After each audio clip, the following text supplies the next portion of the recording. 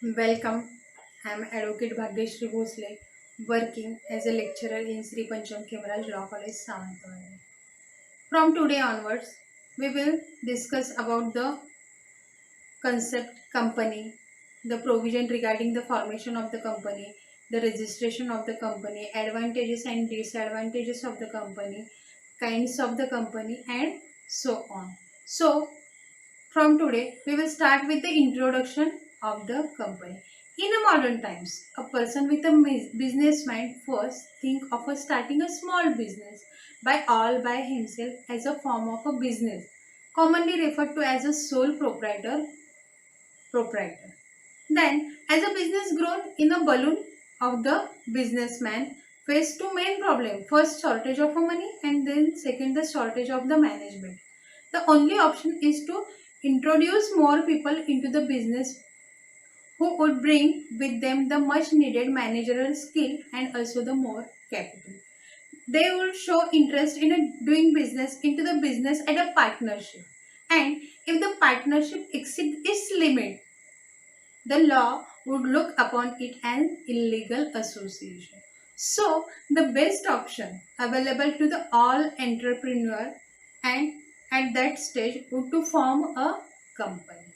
In a simple language, a company is an association of a person who have decided to register themselves as a company, do businessmen and to bring their collective capital and borrowed fund and distribute the fruits of their business among all themselves. The meaning and nature of the company. First of all, we will see that what is the definition of the company as per the Companies Act. A company has been defined in a Companies Act 1956 as a company formed and registered under this act or an in any existing company. An existing company means a company formed and registered under any of the previous company's law. Lord Justice Lindley said that an association of a many persons who contribute the money or the money's worth to a common stock or and employ it for the common purpose. As well as Justice James said that a company means association of a person united for a common object. In a common law, company is a legal person or a legal entity separate from its member and capable of surviving other than the lives of its member. After that, we will see the what is the nature of the company. First of all, we have to take one thing in a mind that company is a person, but company is not a citizen. Under the Constitution of India and under the Citizenship Act 1955, do not consider a company as a citizen, but it is a legal person. Our company, though not a citizen, it is illegal in the eyes of the law and it can claim the protection of the fundamental right under Indian Constitution as guaranteed to all persons. However, company cannot claim the protection of a situation which are available or which are guaranteed to citizens only. Then the second nature of the company is the nationality, domicile and residence of a company. A company does not have a nationality, domicile or a residence, but company incorporated in a particular company has the nationality of that country. Similarly, a company has a residence for its identity. The residence of a company is at the place where its register office is situated. Then the third nature the third point of a nature of the company is a corporation or a body corporate. In a Companies Act 1956, the term corporate or body corporate is used for a company. The term body corporate is a wider in the scope than the term company. Corporation constituted the following element. The continuous identity is one of the important point in a corporation. Then the person to be incorporated. Then the name by which the person has incorporated. A place where the company or of that particular person is incorporated, and words, lastly the words sufficient in a law to show it is an incorporation. Okay, these all are the important point in understanding the nature of the company. Then we will come to the advantages of incorporation. We can say these advantages as a salient feature of the company. The biggest advantages of incorporation is that a company is a separate entity in the eyes of the law, distinct from member who constitute it. It is a it is this feature that distinguishes the company from the partnership firm, and most of the advantages and the benefit enjoyed by the company flows from the characteristics of the company. The main advantages are the main salient feature of a forming of the company, which also constitute the main feature or advantages of the company are as follows. First of all, the separate legal existence of the company. Then second, the limited liability of the its shareholder. Then third, easy transferability of shares. Fourth one is the separate property of the company. Then fifth one, important point in a salient feature or in advantages of the company is a capacity to sue in its own name. Sixth point is a perpetual succession of the company. Then seventh is a professional management of the company. Then democratic setup, and last one is a capacity to raise the finance. Among this, we will discuss in detail all these points one by one.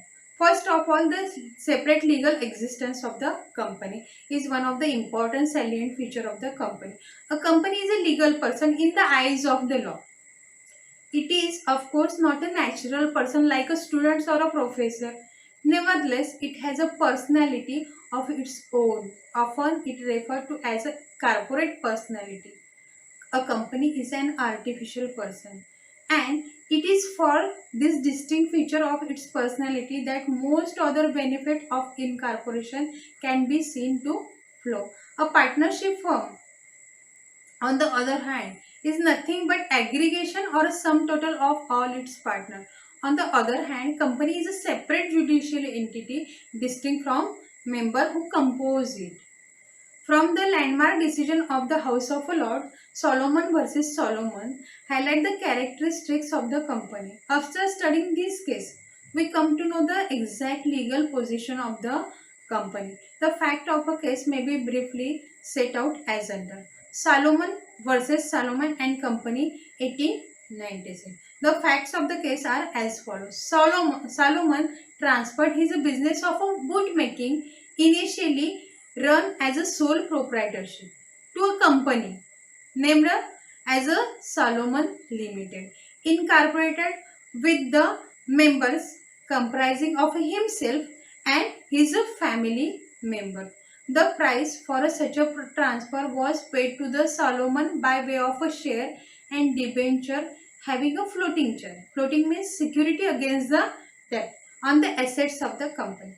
Later, when the company's business failed and it went to the liquidation, the Solomon's right to recover means secured through the floating charge against the debenture stood up prior to claims of an unsecured creditor, who would thus have recovered nothing from the liquidation proceed. The liquidator sought to overlook the separate personality of Solomon Limited, distinct from its member Solomon, so as to make the Solomon personally liable for the company's debt as if he continued to conduct the business as a sole trader.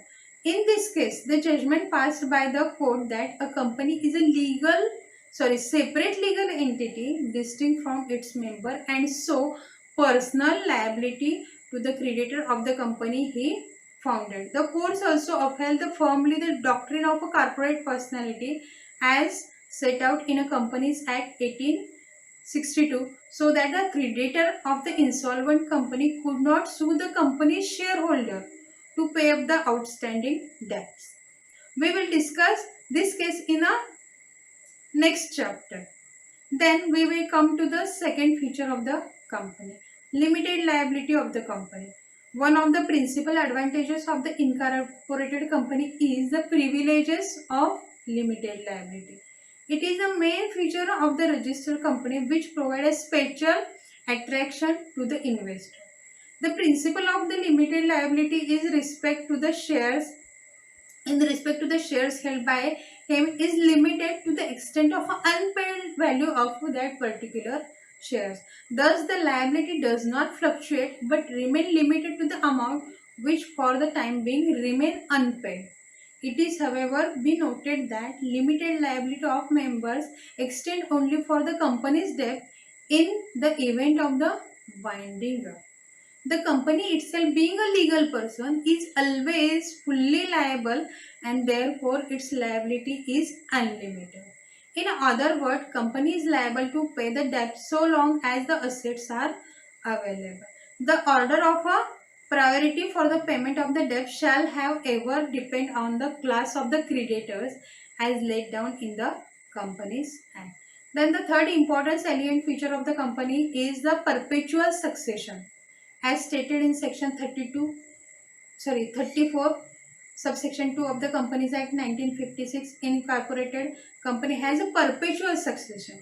That is, notwithstanding anything change its membership, the company shall remain same entity with the same privileges and immunity, state and position. In other words, the death or insolvency of the individual member does not in any way affect the corporate existence, and company shall continue its existence as unusual until it is owed in accordance with the provision of the Companies Act.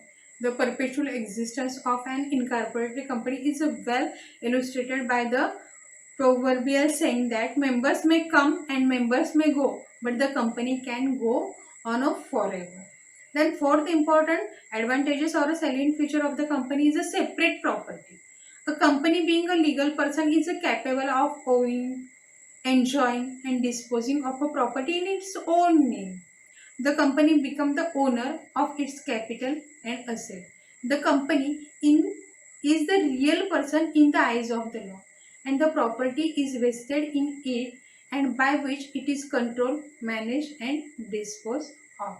Then the fifth point, transferability of a share. Section 82 of the Companies Act 1956 specifically provided that shares or other interest of any member in a company shall be movable property and transferable in a manner provided by the articles of the association of the company.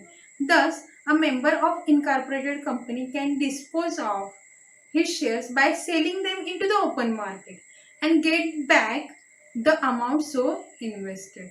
The transfer of shares of the company does not in any way affect its existence or management, and the shareholder can conveniently get relieved of his liability transferring his share to some other person. Then sixth one is a corporate finance. The share of an incorporated company with transferable, it can raise the maximum capital in a minimum possible time. That apart, an incorporated company have a privilege of or raising its capital by public subscription is there by way of a share or a debenture. The public financial institution willingly lend loan today to companies as it is a generally secured floating charges with an exclusive privileges of the registered company. Then the seventh point is the centralized management. Shareholder have no direct connection with the management of the company. They exercise only control over it. This is the management of the company is altogether different from its ownership. Independent functioning of the managerial personnel attract the talented professional person to work for the company in an atmosphere of independence, thus enabling them to achieve higher target of a production and management, leading to the companies for overall property. The management of the company generally vests in the directors who decide the policy matter in a meeting of the board of a director. The tenure of the director is of 5 years. So, as to ensure the flexibility in the management and eliminate the possibility of a board misusing its power. Then at one is the permanence of a capital and stability of the company. The provision of the Companies Act 1956 ensure the permanence of a capital raised by the company, which in turn provide its stability and at the same time protection to the creditor of the company to certain extent. Then the ninth point, protection to the investor against the loss. One of the advantages of incorporated company is that it affords an opportunity to even a common man with a major resources to invest a part of his income in a company's capital through the purchase of a shares or a debenture without being exposed to the substantial loss in the event of the value of the company's business. The company to on its path can borrow money and raise its capital on a debenture which can ordinary trader cannot do. Then the 10th point, last point is a capacity to sue and be sued. Company being a body corporate can sue and be sued in its own name, as well as a criminal complaint can be filed by a company, but it must be represented by a natural person. It is not necessary that the same person should act as a representative throughout. The complaint by a company is liable to be dismissed because of the absence of the representative, in the same way in which an individual complaint is liable to be dismissed for absence of the complainant. Then we will come to the disadvantages of a incorporation. Along with all these advantages, some of the disadvantages of incorporation flows as follows. Every benefit in this world comes for a price. The company is exception to this rule. Although the company does not enjoy the manifold advantages, there are a few disadvantages of incorporation which must not lose sight of. The main disadvantages may be set out as under. First and important disadvantages of the company is a lifting of a corporate veil. An incorporated company is a clothed with the distinct personality by the fiction of the law, means imagine of the law. But in reality, it is an association of a person who in a way are the beneficial owner of the property of the body corporate. A company being an artificial person cannot act on its own.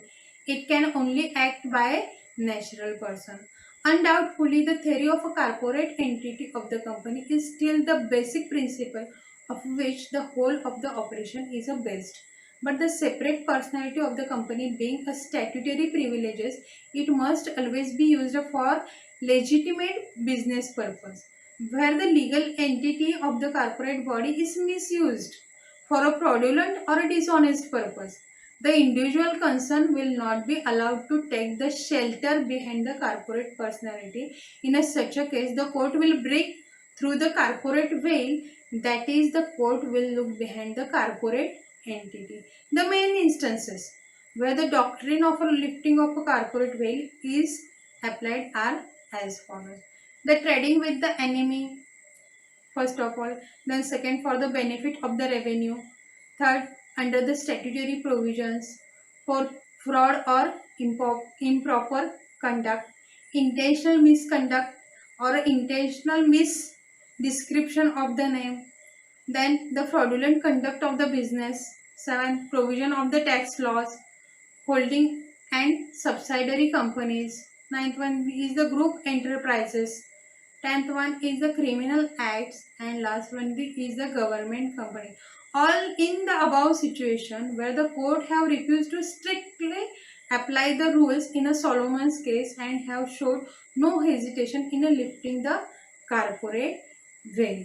In Reed Inshaw's Mankeji Pati, in this case, the wealthy businessman sought to avoid payment of a tax on his substantially huge income from the investment. So he formed 4 different companies and searched all this income when received was credited to this account of these companies.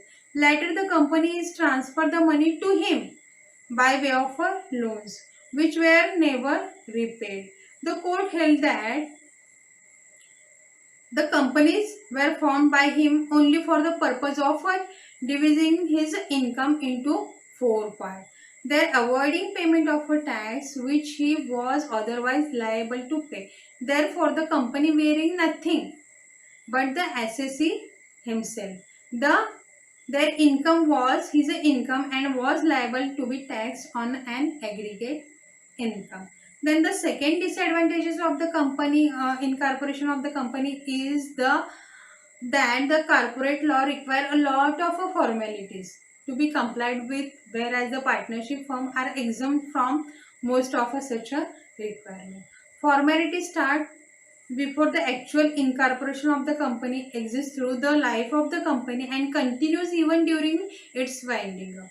Meeting have to be held in a time, account have to be prepared and audited in a time, charges and mortgage have to be filed with the in a prescribed manner, in a prescribed time, returns have to be filed in a regard and to director who appointed and those who have retired or resigned and so on. All these requirements also have a penalty for non-compliance and the act is uh, replicate with all these kind of a corporate offenses.